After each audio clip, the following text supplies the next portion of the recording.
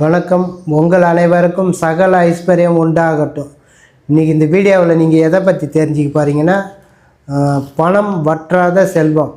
வற்றாத செல்வம் சேர பணம் வீட்டில் தொடர்ந்து இருந்துக்கினே இருக்கிறதுக்கு நம்ம என்ன செய்யலாம்? பணம் எப்படி சேருன்னே தெரியாது, அந்த அளவுக்கு சேர்ந்துக்கினே இருக்கும். நான் சொல்கிற மாரி செய்யுங்க இந்த பரிகாரத்தை. இது அந்த காலத்தில் செஞ்ச ஒரு தாந்திரிக பரிகாரம் தான் இது. அந்த காலத்தில் பெரியவங்களாம் முன்னோர்கள்லாம் செஞ்சது தான் இது. நீங்கள் செஞ்சு பாருங்கள். என்ன பண்ணுறீங்க, அந்த சட்டி பானை விற்கிற கடைக்கு போனீங்கன்னா ஒரு பானை மாரி வாங்கிக்கிங்க. பானைனா எப்படின்னா, ஒரு 3 கிலோ உப்பு கொட்டுற மாரி வேணும் பானை. அது வாங்கி எடுத்துகிட்டு வந்துடுங்க. எப்படின்னா, நம்ம பொங்கல்லாம் வைப்பாங்க பார்த்தீங்களா, இந்த மாட்டு பொங்கல்லாம் வருதில்ல, பொங்கல் சீசனில். அப்போ பானை வாங்குவாங்க பாரு, சட்டி பானைலாம் பொங்கல் வைப்பாங்க பாரு வாங்கி. அது போல் இருக்கணும் அந்த பானை பார்க்கறதுக்கு. ஒரு 3 கிலோ உப்பு அதில் கொள்ளணும் அந்த பானையில். நீங்கள் அது போல் பானை ஒன்று வாங்கிக்கிங்க.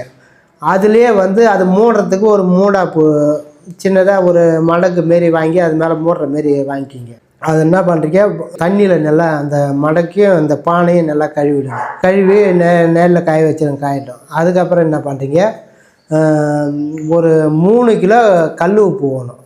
நம்ம கல் உப்புனா பாக்கெட்டில் ஒரு 3 கிலோ வாங்கிக்கிங்க. பாக்கெட்டோட வாங்கிட்டு வச்சுக்கிங்க.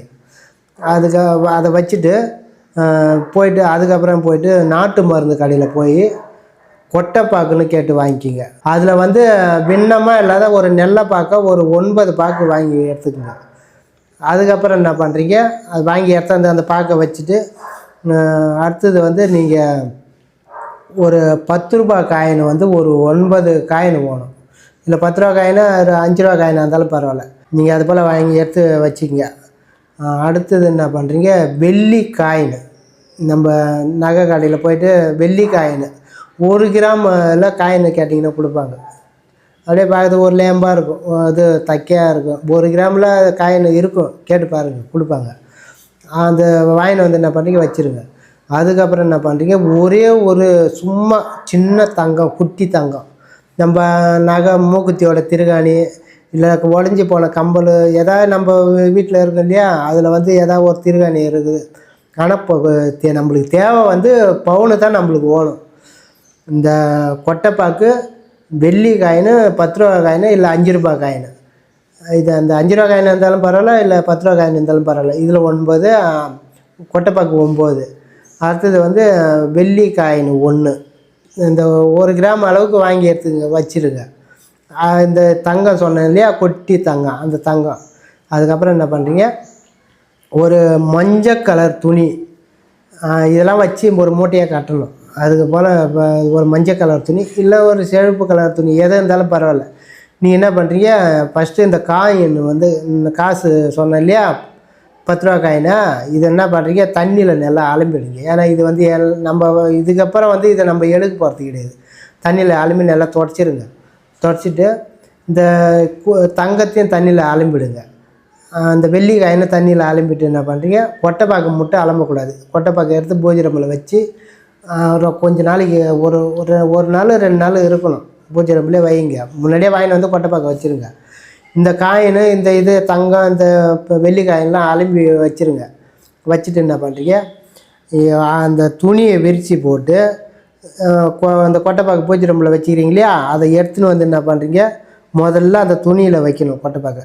வச்சுட்டு அதுக்கப்புறம் இந்த 10 ரூபா காயின், ஆனால் ஈரத்தோடு வைக்கக்கூடாது. இந்த காயின் நல்லா துடைச்சிடணும். அலம்பிட்டு தண்ணியில் அலம்பிட்டு துடைச்சிட்டு இந்த காயினை அது உள்ளே வச்சுருங்க. இந்த கொட்டைப்பாக்கு கூட வச்சுட்டு அதுக்கப்புறம் அந்த வெள்ளி காயின் அதையும் வச்சுருங்க. அப்புறம் அந்த தங்கம், குட்டி தங்கம் சொன்னேன் இல்லையா, சின்னதாக, அந்த தங்கம். இல்லை உங்கள்கிட்ட தங்கமே இல்லை, இது எல்லாம் நல்ல இதாக தான் இருக்குதுன்னா, ஏதாச்சும் கடையில் போய்ட்டு சும்மா ஒரு குண்டுமணி தங்கமாச்சு வாங்கிட்டு அதில் வைக்கணும். ஏன்னா தங்கம் வச்சா தான் நல்லா வசிய சக்தி உண்டாகும்.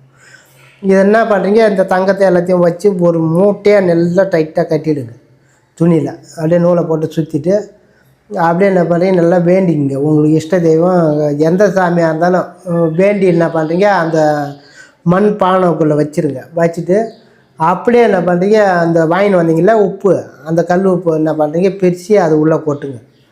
3 கிலோவும் கொட்டணும். கொட்டி வந்து ஆனால் இப்போ இந்த பொருள் வச்சது அடியில் இருக்கணும். அதுக்கு மேலே இந்த உப்பை கொட்டணும்.